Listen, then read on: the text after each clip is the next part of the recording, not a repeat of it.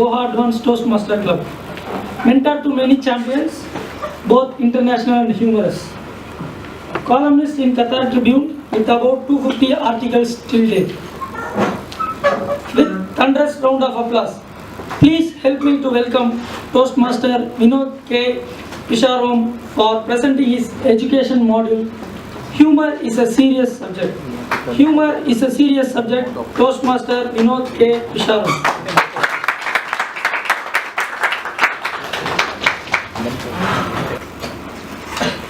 Hello. Hello.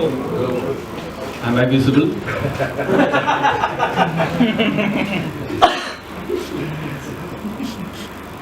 Good evening, everyone. Good evening.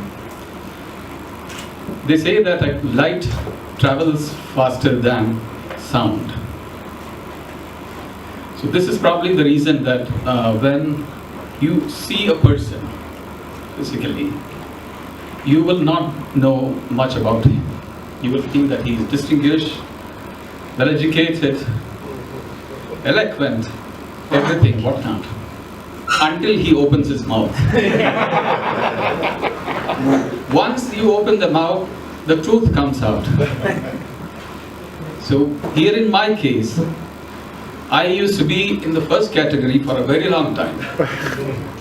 Nobody used to even talk to me, let alone public speaking. Even private speaking was so bad that nobody would talk to me at all. If I come, even people who are laughing, they will stop laughing. So this happened for quite some time. And there is a small disclaimer before I start this one. I have chosen a speech. It will be a demo speech and an analysis of the speech. For the simple reason, I do not know how to teach to write a humorous speech. But probably we can analyze a speech which I have written. But this particular speech was a little controversial one during one of the DTACs. And many people came and told me, "You made our day." Then some people said, "No, you should have not done that." Okay, so the disclaimer is that if there are any underage children, you above 18? No, 16. Anybody who is of sensitive to, little bit, like you can say, adult language, please excuse me after a certain period of time when I start, because I was told that, okay, this is not for all the audience. I'm telling this because I want to show the difference between what is good, what is bad, and where you can, draw the lines. So to start with, I will give a presentation and then go on to a small analysis, because as I told you, I do not know how to tell you how to write a speech. If the speech is given, I can work with that and tell, okay, this is probably a better way of putting it across. So with that, if anyone wants to go out, because there are some languages which may not be appropriate, if it is okay with everyone, I will start right away, with your permission. We get impressed by others very easily. And as we grow up, we behave like children to impress others. Toastmasters, good evening. Good evening. In school, I learned that young George Washington cut down a small cherry tree in his garden with a hatchet. His father, who had nurtured it with love and care, got furious and shouted, "Who cut my favorite tree down?"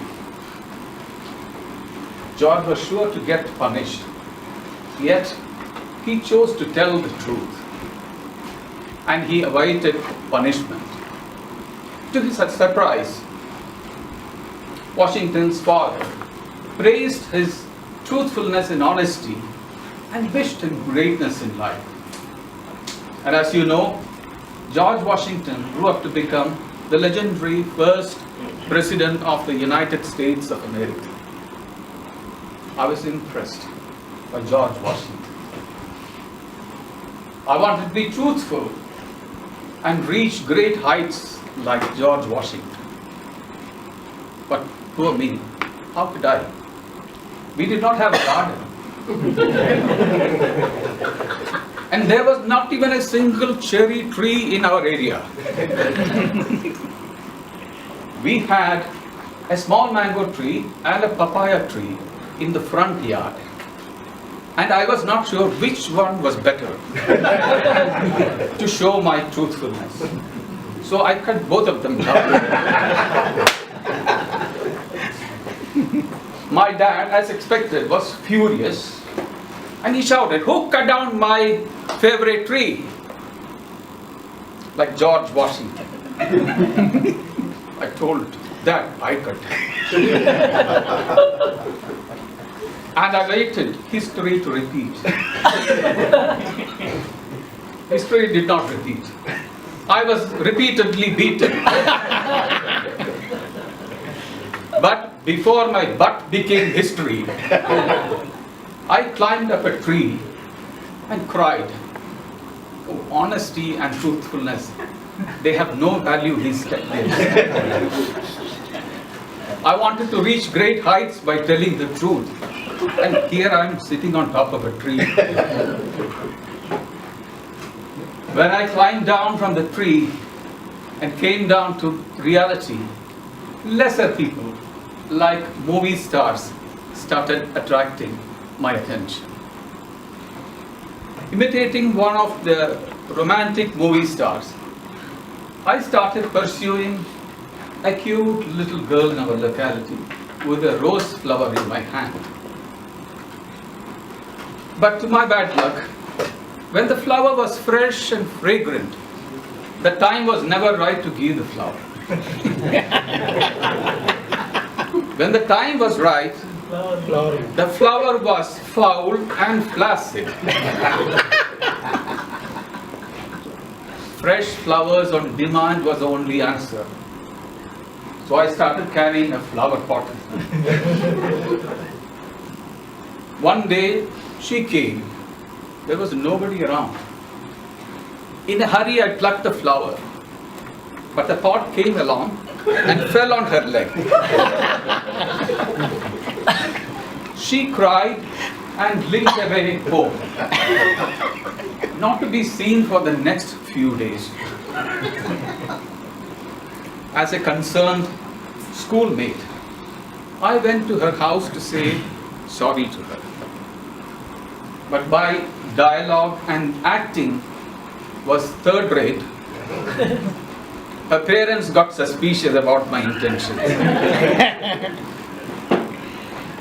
To show that I am a loving and caring person, I picked up her baby brother, who was in his birthday suit, and started cuddling and kissing him. But virtually it backfired. Because the baby was doing potty, and he chose my hand to finish off his business. She laughed, her parents laughed, everybody laughed, and I felt like a hero turned comedian. But I was very happy that I could make a better impression. And that day, I learned a great lesson in my life. Potty in hand is better than a pot in hand.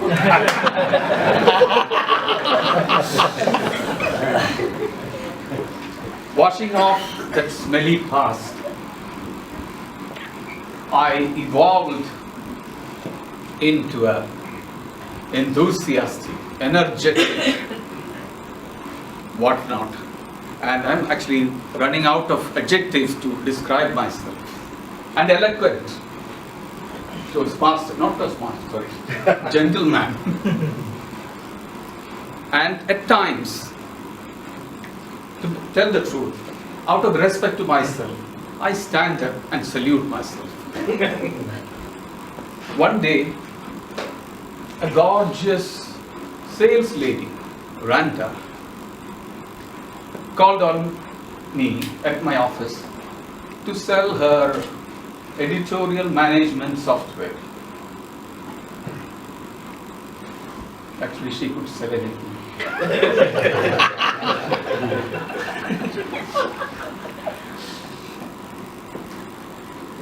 Sitting face to face in the privacy of my room, I took out my skills to impress her.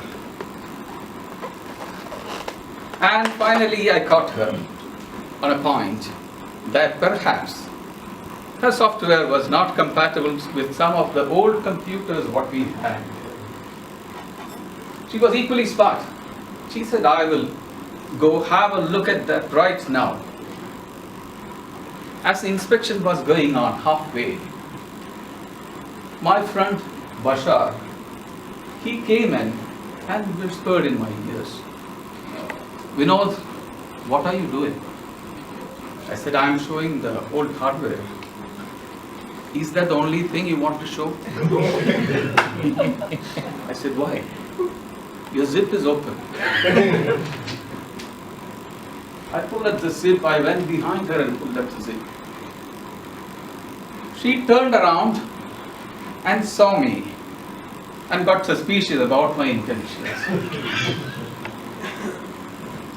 I excused myself and slipped into my office room.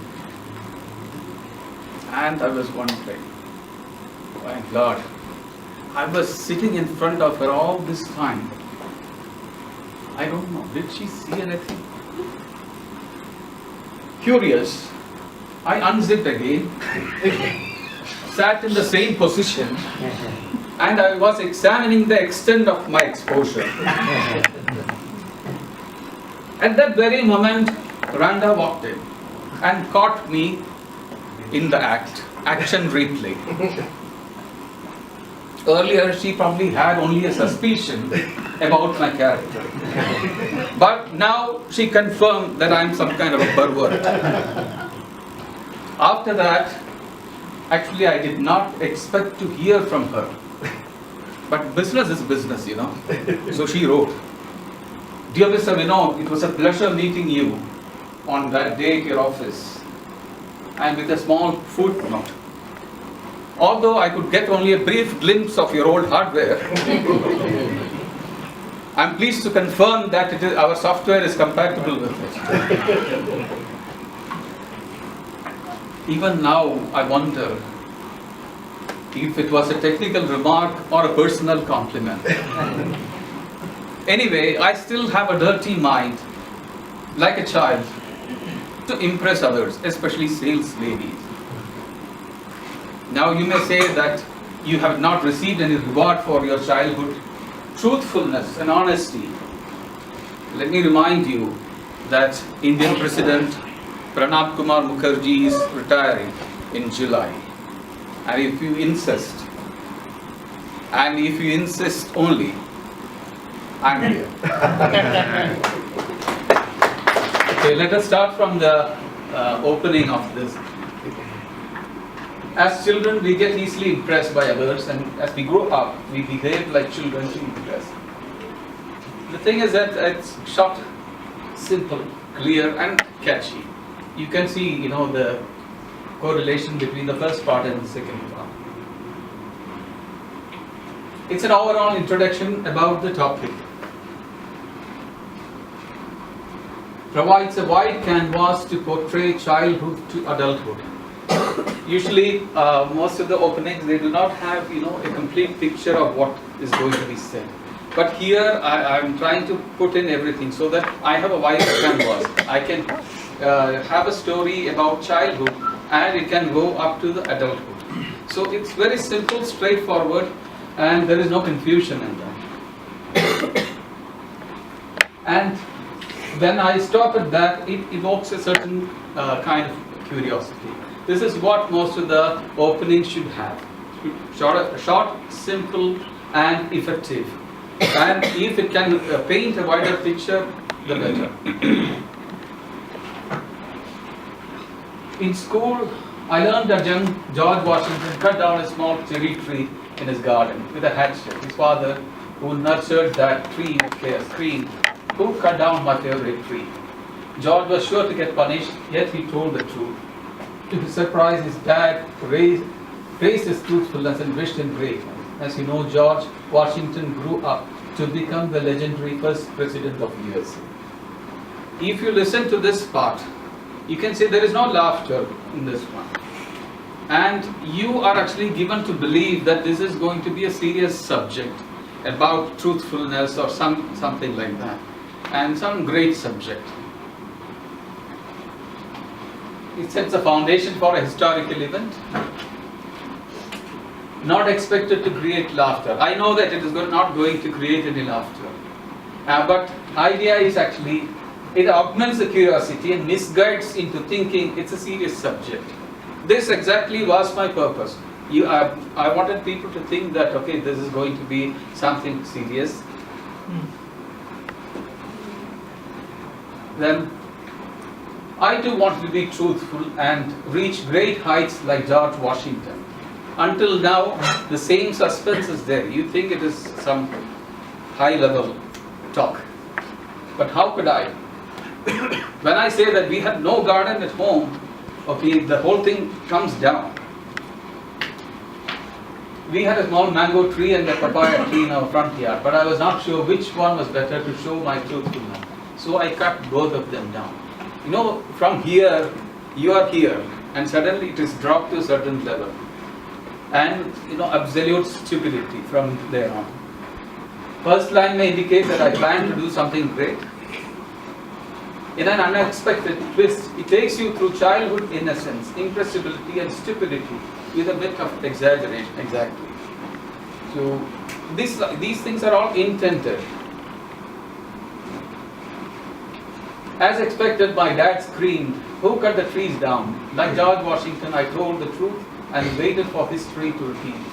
But history did not repeat. I got beaten repeatedly. But before my butt became history, I climbed up a tall tree and cried, "Oh God, truthfulness has no value like old times. I wanted to reach great heights, and here I am sitting on a tree." Reference to the original story. I have not left the original string of the story. Play with the word history and metaphor. I have used this, I was playing with the word, you know, but history did not repeat. I got beaten repeatedly. But before my butt became history. So I have played with that one to create some interest in that. Situational humor on reaching heights. I wanted to reach heights when I'm sitting on top of the tree. It's a situational humor where I'm telling, okay, I'm at some position, but not the expected place, but still on the top.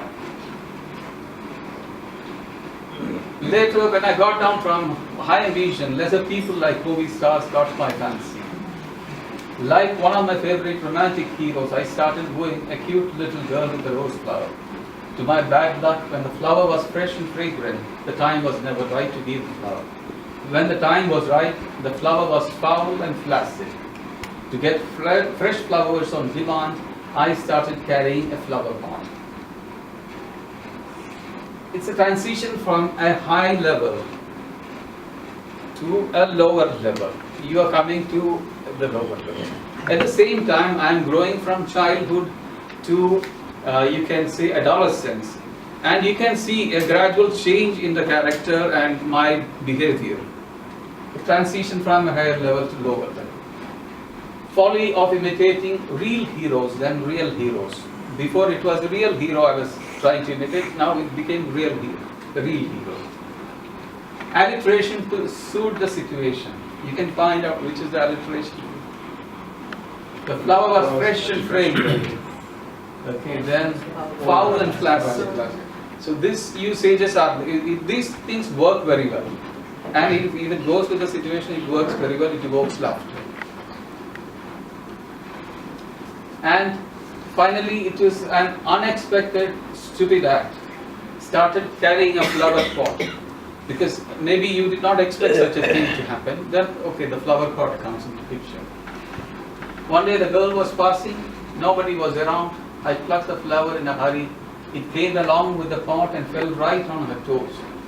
She cried, and limped away in pain and was not to be seen for 2 days. Here I have used simple sentence. I have cut the sentence in a way that it's like not long sentences to make it simple and easily understandable. Okay, it is a silly twist to a silly act. Body language and gestures to add humor, that limping away and all, you can actually add when you are doing a project like that. Many things can be added along with that. Well, like a concerned schoolmate, I went to her house to say sorry, but my acting and dialogues were third class, where her parents got suspicious. To show that I am a loving and caring person, I picked up her baby brother, who was in his birthday suit, and started kissing and cuddling him. My performance virtually backfired, because the baby was doing potty and he chose my hand to finish his job. So it's a natural progression of the same story. Self-deprecation to evoke humor. Okay, I'm telling that my dialogues and acting was third class, third rate, and self-deprecation. And usage of specific words to describe the baby defecating on me. That is, I'm telling that it virtually backfired. And I'm connecting it with he was doing potty, and he used my hand to finish off his job. I am not using any other vulgar language, but I'm still, you get the message what it is. Although my mission flopped, the girl and her parents laughed out non-stop. Though I felt like a hero and comedian, I was happy that I could make them laugh. That day I learned a great truth in life. Potty in hand is better than a pot in hand. Okay. The thing is, when I come to that point, you are probably thinking that I learned something great in life. And when it is absolutely stupid and outrageous, okay, there is laughter. You laughed at that point. This is one of the techniques you can use always. You know, people expect something, but you give something else actually. Marking the end of the childhood episode. Actually, this also marks that we are going from childhood, adolescence, then moving on from there.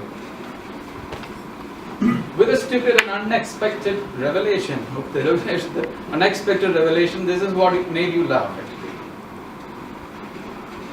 I washed off my smelly past and evolved into an elegant, exotic, enthusiastic, and I'm running out of adjectives, and eloquent gentleman. Sometimes out of respect to myself, I would stand up and salute.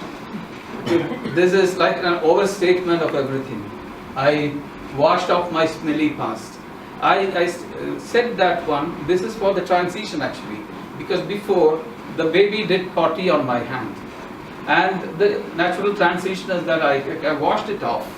It also means I washed my past off, and I grew up into an elegant, exotic and whatnot.